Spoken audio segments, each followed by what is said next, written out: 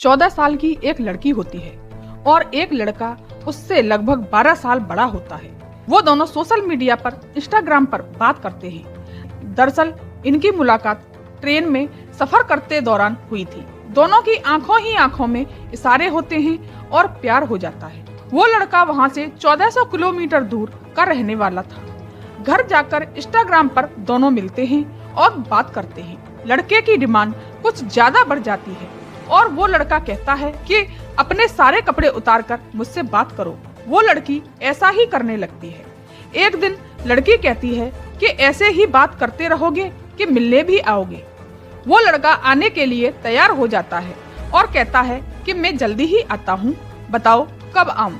क्या पता था कि उस लड़के की जिंदगी का वो आखिरी सफर होगा। लड़के का कत्ल हो जाता है।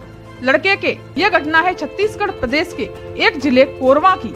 उसी के पास एक गांव है गोपालपुर। 10 जुलाई 2024 की सुबह लगभग 9:30 बजे के आसपास का समय होता है। वहां से लोग अपने अपने काम के लिए जा रहे थे तो रास्ते में दुर्गंध आ रही थी। कुछ व्यक्ति तो बिना देखे आगे बढ़ जाते हैं। उन्हीं में से किसी एक व्यक्ति ने आगे बढ़कर देखा। उसे किसी इंसान के शरीर के अलग अलग हिस्सों के टुकड़े दिखाई देते हैं। उनको देखकर वो घबरा जाता है और जोर जोर से चीखने और चिल्लाने लगता है। और आसपास में जो लोग इधर उधर जा रहे थे उनको सभी को वहाँ पर बुलाता है और इकट्ठा कर लेता है। और वहाँ भीड़ इकट्ठा हो जाती है और फिर पुलिस को फोन किया जाता है। जिले की एसपी नेहा वर्मा अपनी टीम को लेकर वहाँ पहुँच जाती है। वो कत्ल बहुत ही भयानक तरीके से होता है। पुलिस इसकी तफ्तीश में जुट जाती है और कत्ल किसने किया है और कैसे हुआ है और ये कत्ल किसका हुआ है इसके बारे में जानकारी करने की कोशिश करती है। और उसके पास में एक बोरी मिलती है और कुछ दूर पर उसके कपड़े पड़े हुए मिलते हैं और एक बैग भी मिलता है। पुलिस को बहुत मुश्किल हो रही थी कि कत्ल किसका हुआ है। डॉग स्क्वाड को भी बुलाया जाता है और पुलिस की अलग अलग टीम काम कर रही थी। जो बैग मिला था उसको पुलिस ने देखना शुरू कर दिया। एक एक चीज गहराई से देखी जाती है। पुलिस को उम्मीद नहीं थी कि इस बैग से कोई सुराग मिल सकता है।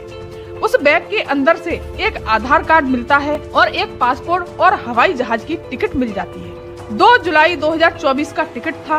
वो टिकट सऊदी अरब से दिल्ली तक का था। लेकिन पुलिस ये सोच रही थी कि यहाँ से यहाँ तक का सफर तो पता चल गया, लेकिन ये बिलासपुर कैसे पहुँचा। फिर पुलिस ने आधार कार्ड और पासपोर्ट की मदद से नंबर निकाला और उसके परिवार वालों से संपर्क किया। लोअर बाजार छत्तीसगढ़ की राजधानी रांची, वहां से 3-4 लोग आते हैं। उनमें से एक व्यक्ति का नाम मोहम्मद तहसीन था। वो बताता है कि मेरा एक भाई है, उसकी उम्र लगभग 28 वर्ष के आसपास है। वो 2.5 साल पहले सऊदी अरब में एक प्राइवेट कंपनी में नौकरी करने गया था। वो यहाँ कैसे आया कैसे नहीं, हमें इस बारे में कुछ नहीं पता। वो बहुत शांत स्वभाव का था। 10 दिन में वो अपने परिवार वालों से बात किया करता था और राजी खुशी लिया करता था। उसने अपने भाई की लाश पहचानने की कोशिश की, कपड़ों के आधार पर और पासपोर्ट के जरिए। लेकिन उन लोगों के लिए सवाल ये था कि ये यहाँ कैसे पहुँच गया।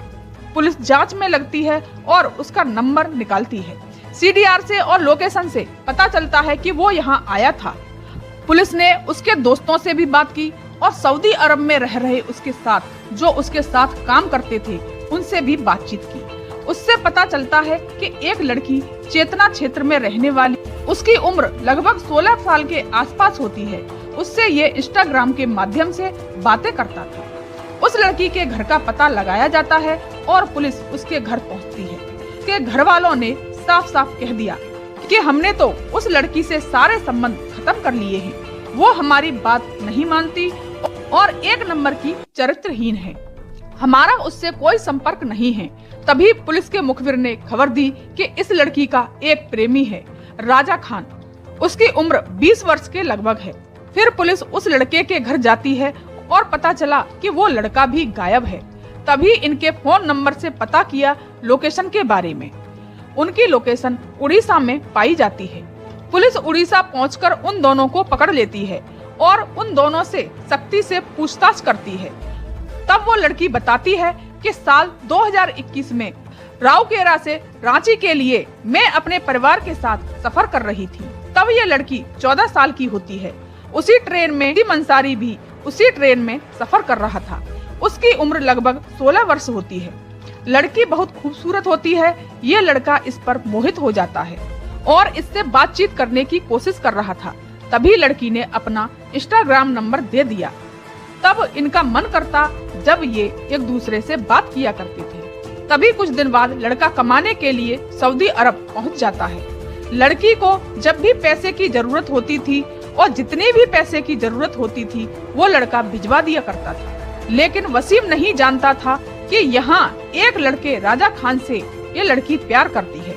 अगर उसके बारे में पूछा जाता तो वो बताती थी कि ये मेरा भैया है। वो जितने भी पैसे मांगती उसके पास उतने ही पैसे पहुंच जाया करते थे। राजा ने कहा कि इसके पास तो बहुत सारा पैसा है, क्यों ना इसके सारे पैसे एक साथ ले लिए जाएं, कैसा रहेगा? लड़की ने कहा कि प्लानिंग तो अच्छी है।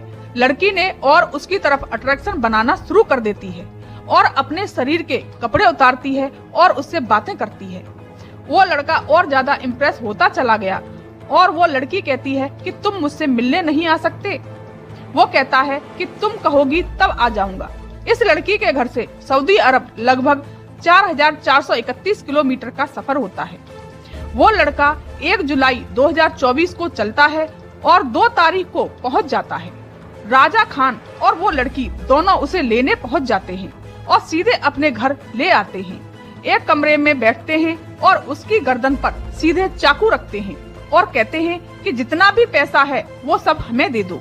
वो लड़का चिल्लाना शुरू कर देता है और इस बात का पता किसी को नहीं था कि कोई भी लड़का घर में आया है। वो रात में चोरी छुपे घर में आया था। जैसे ही वो चीखता है उसकी गर्दन को चाकू से काट दिया जाता है। राजा प्रोफेशनल था क्योंकि उसके यहाँ मटन और मछली का कारोबार होता था। ये सब उसकी आदत में था और साथ ही उसके छोटे छोटे टुकड़े करना शुरू कर देता है। उन दोनों ने 17 से ज्यादा टुकड़े कर दिए थे और एक बोरे में और एक पिट्ठू बैग में भरकर स्कूटी पर बैठकर वहाँ से आगे के लिए निकल जाते हैं। वहाँ एक बहुत बड़ा डैम था।